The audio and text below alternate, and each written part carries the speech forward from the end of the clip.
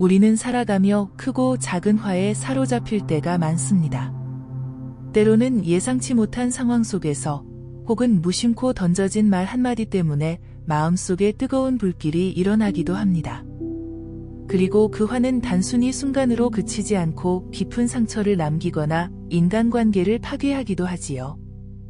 아마 여러분도 경험해 보셨을 것입니다. 화가 치밀어 올라오라고 말했지만 시간이 흐른 뒤에 그 말을 후회한 적이요. 왜 나는 그때 감정을 다스리지 못했을까? 라는 자책에 시달린 적은 없으셨나요? 사실 화는 모든 사람에게 자연스러운 감정입니다.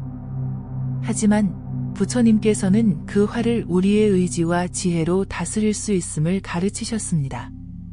오늘은 부처님이 말씀하신 내 안의 화를 조절하고 평온을 되찾는 법에 대해 이야기해 보려 합니다.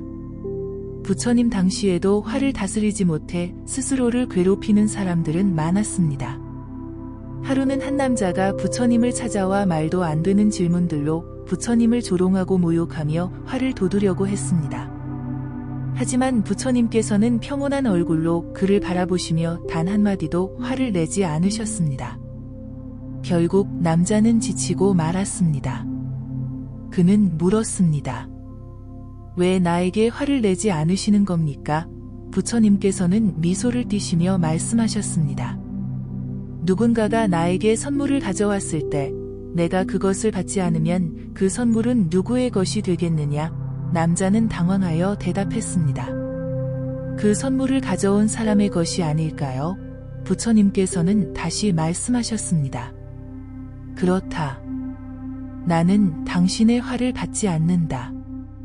그러니 그 화는 당신의 것이다. 이 짧은 일화는 우리가 흔히 간과하는 중요한 사실 하나를 알려줍니다.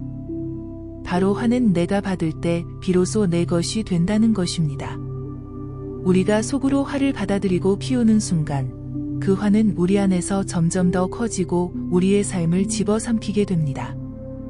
화의 본질을 이해하는 일은 매우 중요합니다. 부처님께서는 증오로는 증오를 멈출 수 없고 오직 자비만이 이를 멈춘다 라고 가르치셨습니다. 화란 독과도 같습니다. 누군가에게 쏟아내는 화는 결국 나 자신도 망가뜨립니다. 화가 뿜어내는 고통은 상대방만이 아니라 나 자신을 갉아먹는 도구로 작용합니다. 하지만 그렇다면 우리는 그 화를 어떻게 다스릴 수 있을까요? 화를 통제하기 위해 기억해야 할 첫 번째는 화를 억지로 없애려 하지 말라는 것입니다.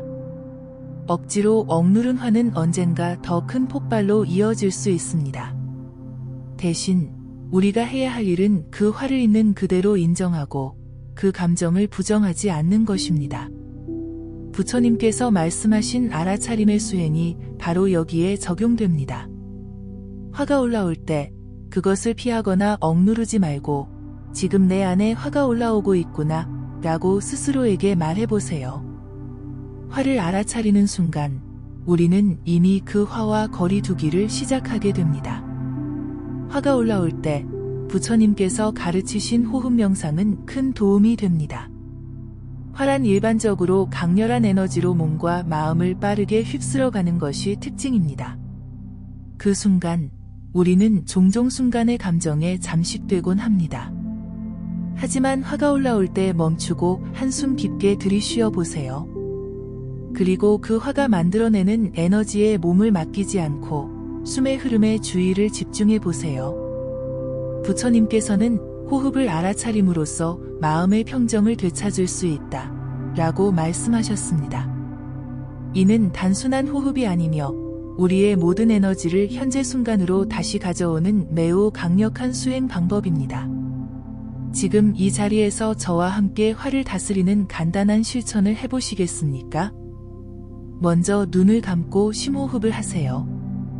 숨을 들이쉬며 나는 내 호흡을 느끼고 있다. 고속으로 천천히 되뇌어 보세요.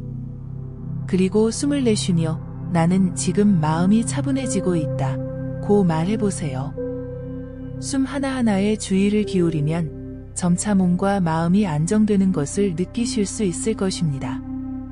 화를 다스리기 위한 또 하나의 중요한 방법은 화의 뿌리를 이해하고 그것에 공감하려는 노력입니다. 화는 대개 우리의 기대와 현실 사이의 괴리에서 발생합니다. 그러니 우리가 누군가에게 화가 났을 때 그 이유를 깊이 들여다보고 그 사람의 입장과 상황을 이해하려고 노력해 보세요. 재미있는 사실은 생물학적으로 우리가 화를 내는데 사용하는 에너지는 공감과 이해를 위해 사용하는 에너지와 동일합니다.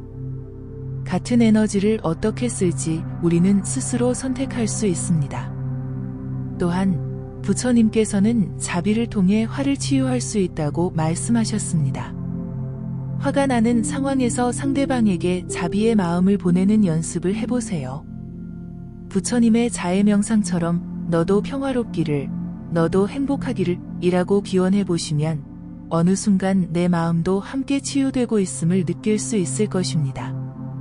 물론 처음에는 쉽지 않을 수 있습니다. 그러나 반복하다 보면 마음의 평온을 스스로 찾아가게 될 것입니다. 화를 다룬다는 것은 단순히 감정을 억제하거나 눈 감는 것이 아닙니다. 그것은 화가 만들어내는 고통을 이해하고 그 고통으로부터 자유로워지는 과정입니다. 실생활에서도 이 방법들을 실천해 보시길 권합니다. 특히 되돌릴 수 없는 실수를 하지 않기 위해 화가 났을 때 잠시 거리를 두고 머리를 식히는 것도 중요합니다. 예를 들어 화가 나는 순간에 누군가에게 곧바로 반응하지 말고 10초 동안 천천히 호흡하며 침착하게 대화를 이어가 보세요. 또한 부처님께서는 분노 속에서 지혜는 깨어날 수 없다 라고 말씀하셨습니다. 이는 분노에 휘둘리는 순간 우리는 자신을 잃고 판단하고 행동할 수 있는 지혜를 잃는다는 것을 의미합니다.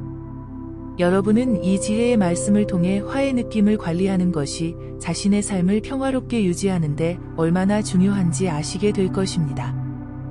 화라는 불길은 우리 삶에 필연적으로 나타납니다. 하지만 부처님께서는 그것을 다스릴 수 있는 열쇠 또한 우리에게 주셨습니다.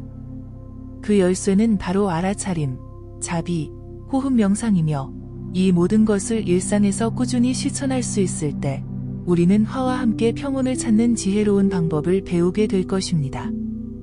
오늘 이 영상이 여러분 안에 있는 화를 다스리고 평온을 되찾는데 작은 도움이 되었기를 바랍니다. 화는 피할 수 없는 감정이지만 그것이 우리를 지배하도록 두지 않고 올바르게 다룬다면 그것은 우리를 더 단단하고 평화로운 사람으로 성장하게 만들어줍니다. 부처님의 가르침이 여러분의 하루에 평화를 더해드리기를 진심으로 기원합니다. 오늘도 함께 해주셔서 감사합니다. 여러분의 하루가 평온하고 행복하기를 바라며 이 영상이 마음에 드셨다면 구독과 좋아요로 부처님께 공양하시고 소망하시는 일을 댓글로 남겨주세요. 이런 좋은 글은 주변 사람들과도 함께 나누어 주세요. 다음 영상에서 더 많은 부처님의 지혜를 나누겠습니다. 감사합니다.